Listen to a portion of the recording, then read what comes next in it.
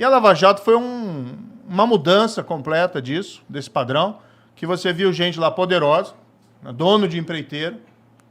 Tá? Isso você nunca tinha visto. Nunca ninguém pensou, por exemplo, que dono de Odebrecht, dono de OAS, dessas grandes empreiteiras iam ser um dia responsabilizados por corrupção.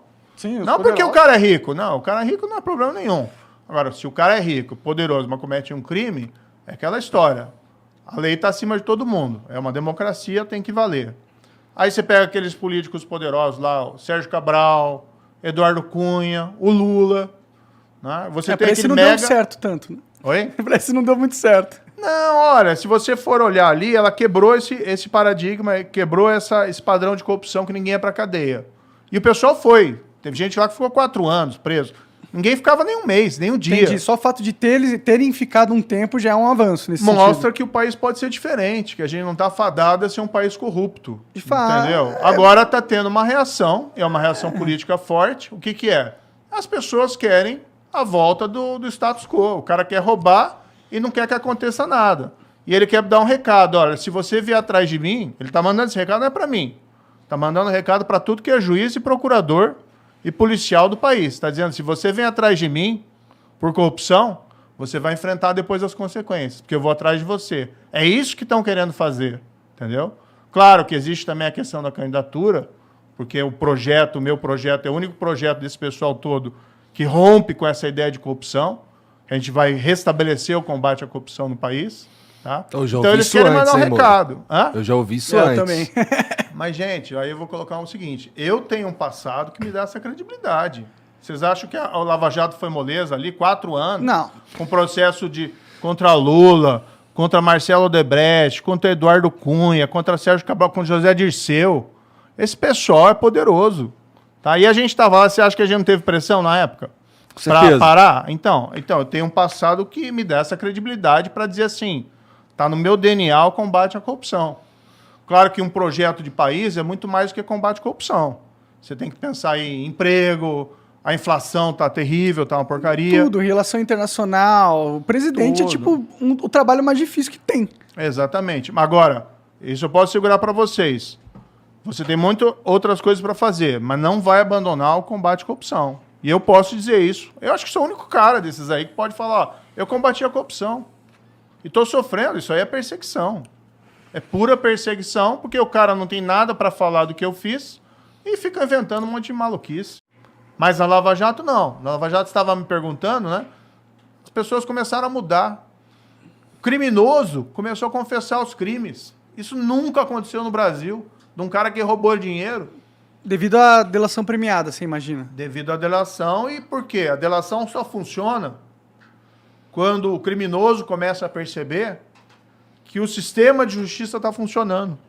Porque, assim,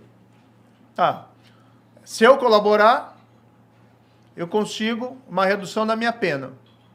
Se eu não colaborar, nada vai acontecer comigo, porque a justiça não funciona. Qual que você vai escolher? A segunda opção. A segunda opção. Na Lava Jato, como a gente inverteu essa lógica, e como o pessoal começou a ver o pessoal ir preso, o pessoal ser condenado, dinheiro sendo recuperado, alguns começaram a mudar de lado. A entender, olha, vou colaborar que é o melhor caminho.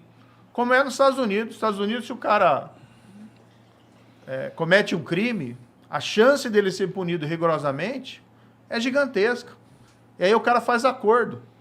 Um acordo de colaboração. Ou negocia a pena. Eu tive se você for ver estatística, né? Eu não vou ficar falando de estatística aqui, mas enfim. Nos Estados Unidos, mais de 90% dos casos criminais acabam com acordo. Com o cara confessando. Mas daí o cara, em vez de pegar a prisão perpétua, pega lá 30 anos. Em vez de pegar 10 anos, pega 5. Porque o sistema funciona. E se o cara sabe que tem prova contra ele, ele vai confessar. Aqui não, o que a gente vê?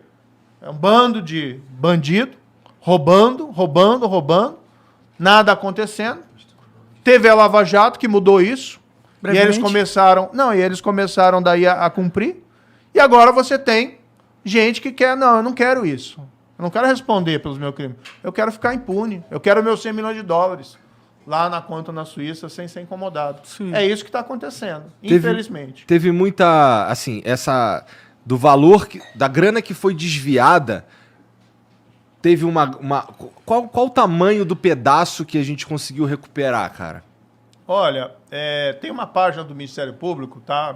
Os procuradores, que eles tinham essas estatísticas dizendo exatamente quanto tinha sido recuperado. A Petrobras fez um anúncio oficial, agora recentemente, de que da Lava Jato, só da Lava Jato, ela conseguiu receber em dinheiro, em cofre, não em promessa, que talvez recebam, 6 bilhões de reais. Uma grana, hein? Nossa É uma grana. 6 bilhões de reais. Então, nunca ninguém recupera tudo isso. E várias empresas que fizeram acordo na Lava Jato, porque pagaram suborno, reconheceram, que é aquela lógica também lá dos Estados Unidos, embora demoraram muito, tem uma previsão de recuperação de valores da ordem de 14 bilhões de reais. Mas isso eles ainda estão pagando, então não posso te cravar assim que vai devolver 14 bilhões de reais. Tá. A gente não consegue também quantificar o total real que foi desviado, consegue? É difícil, né? Porque corrupção, o problema assim, é um crime que você tem nas sombras. Então você não tem estatística clara. Ninguém fez a probabilidade contabilidade que essa é só a ponta do iceberg, né? 6 bilhões, 14 bilhões é a ponta do iceberg. Tipo, provavelmente... E fora que se for parar pra pensar mesmo, o pior da corrupção não é nem o dinheiro que é desviado, né? O pior da corrupção é que toda a lógica do serviço público, onde ele vai se desviar o dinheiro, ela é toda corrompida e toda feita de uma forma ineficiente para que haja a corrupção. Então aí você tem um mecanismo onde, fora eles roubarem, eles prejudicam o serviço público de um jeito que para mim é mais danoso que o próprio roubo em si. Não, você tem toda a razão. Tem um problema que é o desperdício. Então o que acontece? Quando você tem o serviço público contaminado pela corrupção, por corrupto, o cara está pensando em prestar o melhor serviço para o cidadão ou ele está pensando na melhor oportunidade que ele tem de ganhar propina? É isso que a gente viu muito no caso da Petrobras, mas também em outros casos. Para te dar um exemplo aqui que ficou famoso, que foi a Petrobras comprou uma refinaria no exterior, que é a tal da refinaria da Passadina, que ficou famoso. Tá? Uma refinaria toda acabada, toda fodida, tudo mais. Sabe como é que a gente acabou revendendo mais barato que a gente pagou, né? Exatamente. Sabe como é que era o apelido da refinaria que eles chamavam? Internamente, lá na Petrobras? Ruivinha. Ruivinha. Por causa da ferrugem. Putz. Tava tudo enferrujado. Puta, Daí, assim, então os caras sabiam, né? Os caras não, sabiam totalmente. Eles até confessaram. Né? Tem gente que confessou que recebeu suborno da empresa da empresa vendedora, que vendeu para a Petrobras. Né? Chamavam de Ruivinha. Tá? E assim, o que eu entendi daquela história? Eles quiseram comprar uma refinaria velha, e daí por valor acima do que era, tanto que depois venderam por valor menor, mas porque o cara estava pensando no contrato de reforma da refinaria, porque ia ser o outro, aí que ia ser o esquemão, quer dizer, a compra da refinaria, que já era um esquemão, para eles era um esqueminha. Caralho. Daí eles queriam a reforma, um contrato de reforma, que aí ia ser o grande esquema. Então você procura uma refinaria velha. É como se você fosse alguém te dá dinheiro para comprar um carro, um amigo teu. E aí, em vez de você comprar um carro novo, você compra um carro velho, e daí você vai pro teu amigo, só encontrei um carro velho, você me dá mais dinheiro para reformar o carro? Né? E você vai embolsando esse dinheiro. Da ligação da Dilma lá pro Lula e tudo mais. Essas críticas aí que são feitas, aí trazem a mim a seguinte pergunta. Dava para fazer isso de um jeito que a gente conseguisse eliminar todas essas críticas? Por exemplo, existia um jeito menos... que armasse menos os inimigos políticos? Não dava, porque na verdade você tem que entender o seguinte: se não fossem essas críticas, iam ser outras. Tá? É a história que eu falei aqui do PowerPoint. Esqueça a corrupção. Esqueça que o Lula foi condenado em primeira instância por mim. Eu dei a sentença. Esqueça que a sentença foi confirmada pelo tribunal em Porto Alegre por 3 magistrados, 3 juízes profissionais. Esqueça que depois essa mesma sentença foi confirmada em Brasília pelo tal do STJ, Superior Tribunal de Justiça, por outros 5 juízes. O que interessa não é a corrupção confirmada ali em 3 instâncias. É dizer que a sentença foi dada por mim, que supostamente estaria... Trocando mensagem com os Trocando promotores mensagem, e tal. não tem nada ali. Ninguém fala assim, ó, a mensagem... Isso aí virou uma lenda, né? Tá, você vai olhar as mensagens lá. O que tem nas mensagens? Tem alguém fraudando prova? Não. Tem alguém ocultando prova que o Lula era inocente lá das acusações? Não tem. Tem alguém combinando alguma coisa ilícita? Né? Tem alguém falando assim, ó, vamos fazer isso para prejudicar não sei quem, vamos fazer isso para enganar não sei quem. Não tem nada disso. O que eles pegam é uma narrativa, criam lá uma fantasia, por que eles querem esquecer? Querem esquecer, por exemplo, que o Lula tinha um sítio, que ele ia toda hora, tinha lá pedalinho, o nome dos netos dele, tinha lá almofada, ele dormia lá dentro do quarto principal, como se fosse dono, o sítio estava em nome de outra pessoa, tá? E foram lá Odebrecht, OS, reformar o sítio dele, gastaram lá centenas de milhares de reais, por exemplo. E qual que é a explicação? Você já ouviu alguma explicação do Lula sobre isso? Não, mas assim, eu também percebo, e você vai me desculpar, Tá. mas assim, eu entendo, eu acredito, eu pessoalmente, eu acredito que o Lula tá enrolado com o triplex, eu acredito que ele tá enrolado com o sítio, mas não tem o batom na cueca, como diria o Boechat, ou tem? Tipo, Olha, como é que a gente liga ele de forma irrefutável? Não dá, né? A gente imagina. Ô Igor, vamos colocar o seguinte, o que é a Operação Lava Jato revelou, tá? Que pegavam a Petrobras, os cargos lá de diretores, que nomeavam os diretores da Petrobras, e os diretores estavam lá com uma missão, arrecadar suborno das empreiteiras que tinham contratos com a Petrobras. Para quem que ia esse suborno? Tá? A ideia originária era que esse suborno fosse para os partidos, para financiamento ilegal, tá, de eleições, e fosse para enriquecimento ilícito dos políticos. E aí você tem, segundo lá está nos autos, as condenações, segundo lá declararam os colaboradores, os criminosos arrependidos, ia lá principalmente para o PT, para o PP, para o PMDB, mas tinha outros partidos também que receberam, políticos ali que receberam. Tá? Isso está na sentença, isso tem documento, não é só palavra de colaborador, está tudo lá documentado. Isso aconteceu por uns 10 anos. Durante qual governo? Governo do Lula, do PT. E foi ainda parte do governo da Dilma. Diretores nomeados por quem? Diretores nomeados pelo Lula. Tá? Ou seja, teve todo aquele esquema criminoso que hoje resultou já 6 bilhões de reais, tá, recuperados pela Petrobras, naquele esquema de corrupção. 6 bilhões de reais. Tá? E assim, quem que é o responsável por tudo isso? O juiz e o procurador do PowerPoint. Né? Enfim, né, eu acho assim, é querer muita ingenuidade nossa. Até porque você nunca viu, você já ouviu o Lula falar assim, puxa, eu errei na nomeação. Eu reprovo o comportamento. José Dirceu foi condenado. Tá? Foi condenado tanto no mensalão, que é aquele caso julgado pelo Supremo, que teria recebido lá suborno, ou participado do esquema de suborno. Foi condenado na Operação Lava Jato. Foi descoberto lá que tinha um dos diretores da Petrobras, tá, que parte do suborno encaminhava para ele, tá? Isso foi utilizado lá para comprar imóvel, para reformar imóvel dele. Isso está documentado. Isso foi confirmado em sentença de primeira instância, em sentença de apelação lá do Tribunal de Porto Alegre. Ou seja, você tem as provas ali, entendeu? Se eu vi alguma vez o Lula falar assim, puxa, o José Dirceu fez coisa errada, ele não está mais do meu lado. Ele não participa mais aqui do PT. Ele vai ser expulso do PT. Você já ouviu alguma coisa assim? Não. O pessoal não quer que se combata a corrupção. É aquele fio que nunca acaba. O presidente tem lá investigação, família dele rachadinha. Né? Ele tem medo também que a investigação chegue nele. E daí ele chegou a partir de determinado momento do mandato dele e começou, olha, tem que enfraquecer o combate à corrupção. Como que ele comunicava isso?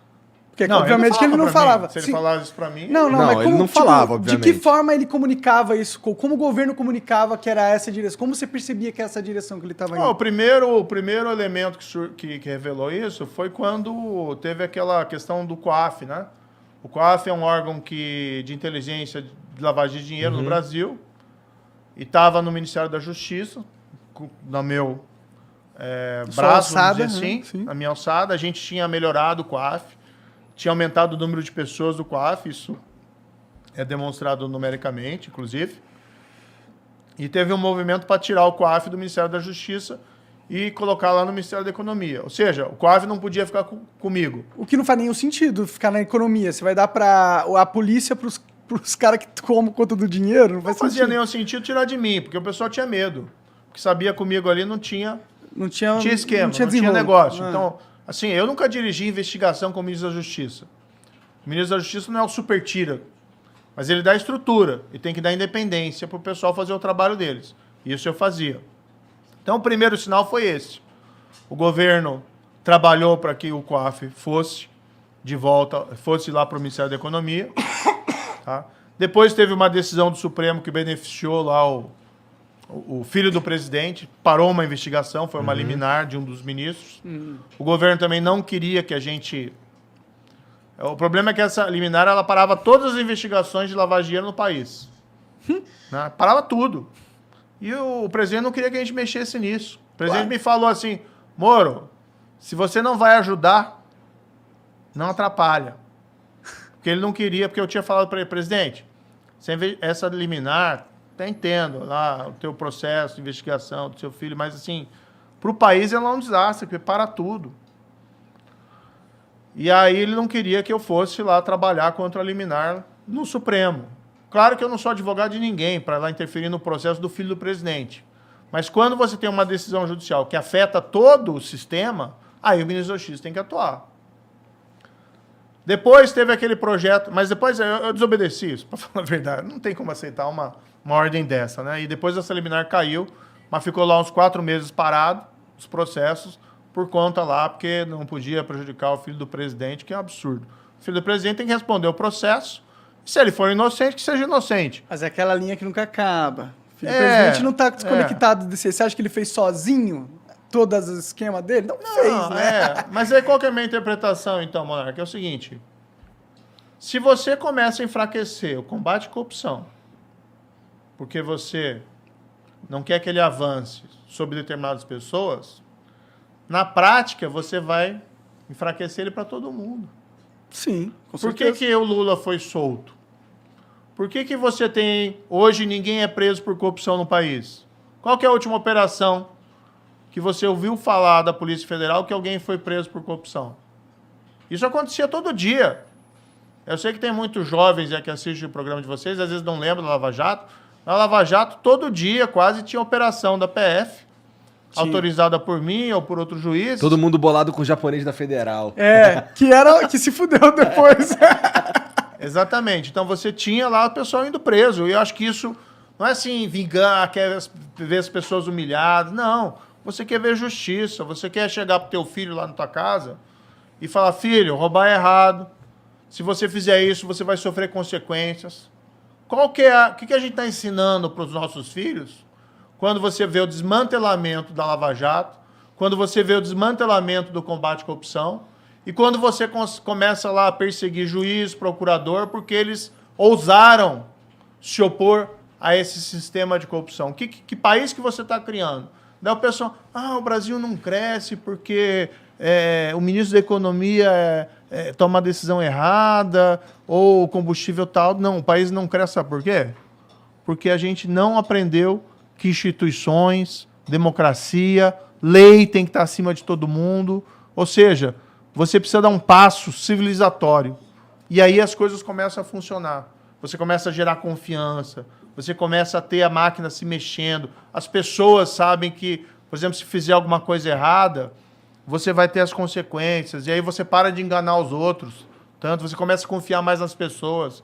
Isso diminui o custo das transações. Há muitos argumentos, inclusive, que a Lava Jato atuou na área cinza com as coercitivas, com que soltar quando você áudio, lança os áudios, uns áudios que não tinham nada a ver com, tipo, não mostravam nenhum crime ali, tá ligado? Veja, eu na época, eu vibrei Não, o áudio da Lula, da Dilma conversando com o Lula, tipo, não eu vou te nomear ministro, né? O que o áudio dizia ali?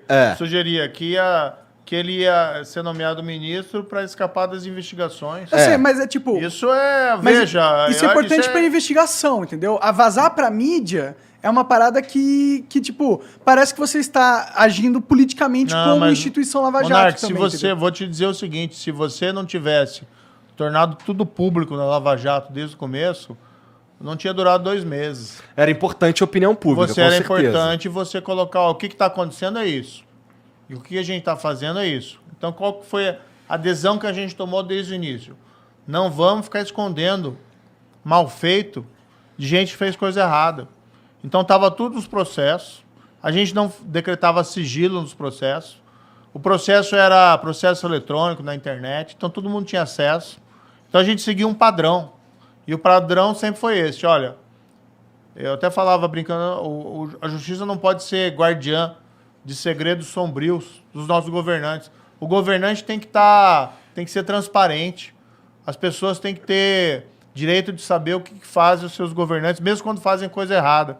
Vamos colocar um exemplo aqui, o Watergate lá do Nixon. Porra, mas eu sou 100% a favor disso. Não. Só que veja, quando vocês atrapalharam o processo do Lula se tornar ministro, eu confesso que na época eu tive uma sensação catártica ali. Eu não queria que ele se safasse mesmo. Mas assim, há argumentos de que aquilo ali tava nessa área cinza que eu tô falando, sabe? Não era exatamente legal, também não era exatamente legal, também não era exatamente moral ou imoral e tudo mais. Não, era uma dúvida meio... Na minha opinião, eu gostei, sabe? Mas eu sinto que... eu não gostei, mas deu armas pra depois os caras virem te derrubarem. Eu não consigo... Eu acho que deu. Mas eu não consigo contra-argumentar os caras que argumentam que isso aí foi sacanagem. Não, entendeu? mas as armas... o que vem é o que eles estão fazendo agora. Ah, não. Então esqueça a corrupção, esqueça que tentaram obstruir os processos, esqueçam que o país foi roubado... Né? O problema foi o PowerPoint do Deltan. Né? Então, assim, é diversionismo. Claro. Né? Você está querendo tirar o foco do realmente que é a coisa errada, entendeu? Então, você fala assim, o áudio, né? Aquele comportamento era correto de nomear o Lula ministro para tirar ele das investigações? Era correto? Mas liberar o áudio era correto Mas também? como é que as pessoas iam saber que tinha aquilo lá? Mas elas Como iam saber? Se a gente pegasse aquilo lá, botasse dentro do travesseiro, sentasse em cima... Mas foi de meio legal que as pessoas ficaram sabendo disso? Foi decisão judicial que levantou o sigilo. Depois disse, não podia e tal. Não, tinha... Eu proferi uma decisão, a meu ver, tinha parado na lei. Entendi. Depois o ministro entendeu, que não podia e tal. Bem, eu discordo. Não tô entrando no fator de que eu acho que foi, tipo, ajudava a mídia. Eu acho que a gente tem que saber de tudo que acontece na política, nos políticos, que é um poder público. Não, eu acho que é isso. A Lava Jato foi isso. Mas eu não consigo dizer que aquilo também não ajudou a quem queria descredibilizar o trabalho da Lava Jato depois, entendeu? Porque eu acho que vocês poderiam ter conseguido o que vocês queriam sem aquilo. E não conseguia, Monark. Se você não colocasse essas coisas... Ele teria virado ministro? Na vitrine, se você não colocasse coisas na vitrine, o processo não durava 2 meses. Entendi. Quando a gente começou, já tentaram, num primeiro momento, lá soltaram todo mundo. Daí a gente explicou o que tinha acontecido, lá o ministro voltou atrás. Aí começaram a aparecer os casos, olha, suspeita que o dinheiro foi pro deputado X, pro senador Y. O Congresso, ele aprovou... Ele tirou que o Bolsonaro tinha vetado o fundo de 5,7 bilhões de reais, o fundo eleitoral, né? E aí eles derrubaram o veto do presidente para aumentar o dinheiro que eles ganham para 5,7 milhões de reais. Entendeu? Mas esse veto, cá entre nós, foi veto de mentirinha, né? Não, tudo bem, eu concordo. Aqui, mas eu sei que vocês vão... eu tô ligado. Deixa eu jogar aqui pra nossa plateia. Tô ligado. Eu sei que é isso. Que eu sou o cara... Isso que me enoja nessa Mas o ponto não é nem esse. O ponto é, o Congresso não tem o menor pudor pega mal para nossa sociedade saber que o Congresso votou para aumentar o próprio dinheiro que os políticos vão ganhar para 5,7 bilhões. Pega mal pra caralho, todo mundo ficou sabendo. Eles não estão nem aí. Eles passaram essa porra e foda-se, pau no nosso cu e foda-se. Por isso que você precisa começar a ter exemplos bons e começar a ir na direção certa. Vai mudar do dia pra noite? Não. Mas se você não começar, se a gente começar a partir do pressuposto, e eu vejo muita entrevista, assim, né, de jornalista, tal, etc., as pessoas às vezes me perguntam, mas como é que você vai governar sem corrupção, sem suborno, sem, né, ter esses esquemas? Como é que você vai fazer? Olha, se a gente não puder acreditar que o Brasil pode ter um governante honesto, que a gente pode ter alguém fazendo coisa certa, aí a gente tem que realmente pegar o avião e ir embora. Entendeu? Aí é desistir do país. Muita gente faz isso. Mas não é o caminho. Eu né? concordo que não não é seja o caminho. Eu também concordo. Não é o caminho. Então a gente Mas é que eu precisa... sou muito descrente nessa parada e tal. Eu sei que você tá sendo otimista porque é o seu papel, entendeu? Você não pode chegar lá e falar, não vou conseguir. E no qual meu contrato proibia eu trabalhar para a empresa envolvida na Lava Jato, e não trabalhei, e ganhei minha vida licitamente, né? E boa pronto. parte desse pessoal que está falando lá está na lista da Odebrecht por ter recebido suborno. Então o que os caras querem é atrapalhar essa pré-candidatura, porque eles sabem que o meu projeto é o projeto que tem potencial para arrebentar essa polarização. E se arrebentar essa polarização, volta um governo honesto, né? Volta o combate à corrupção, volta a Lava Jato. Pode dar outro nome. Mas vai voltar os instrumentos que vão dizer assim, não pode roubar. Se você roubar, tem coisa errada. Isso aí não. O que é rachadinha? Né? O pessoal às vezes diz, mas o que é rachadinha lá?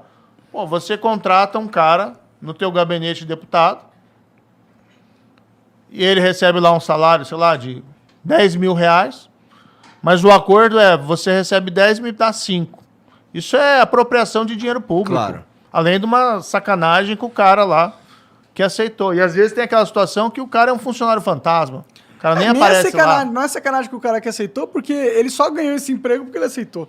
Né? Então, pra ele, ele tá lucrando de qualquer jeito. Ele é um filho da puta igual. E essa troca na Polícia Federal foi por causa disso, foi, né? Porque os caras estavam investigando o Flávio Bolsonaro, né? Ô, Igor, ele falou naquela reunião, claramente ali, as pessoas às vezes assim, naquela reunião que foi divulgada, o que ele fala? Que eu vou trocar, que eu não aceito sacanagem com a minha família, né? E eu vou trocar o cara do Rio de Janeiro. Se não puder trocar o cara do Rio de Janeiro, que ele estava falando sobre lá o Rio de Janeiro, a Polícia Federal do Rio de Janeiro, se não puder trocar, eu troco o diretor. Se não puder trocar o diretor, eu troco o ministro. E olha para mim, inclusive, entendeu? Assim, e o que acontece depois disso, dessa reunião? Ele troca.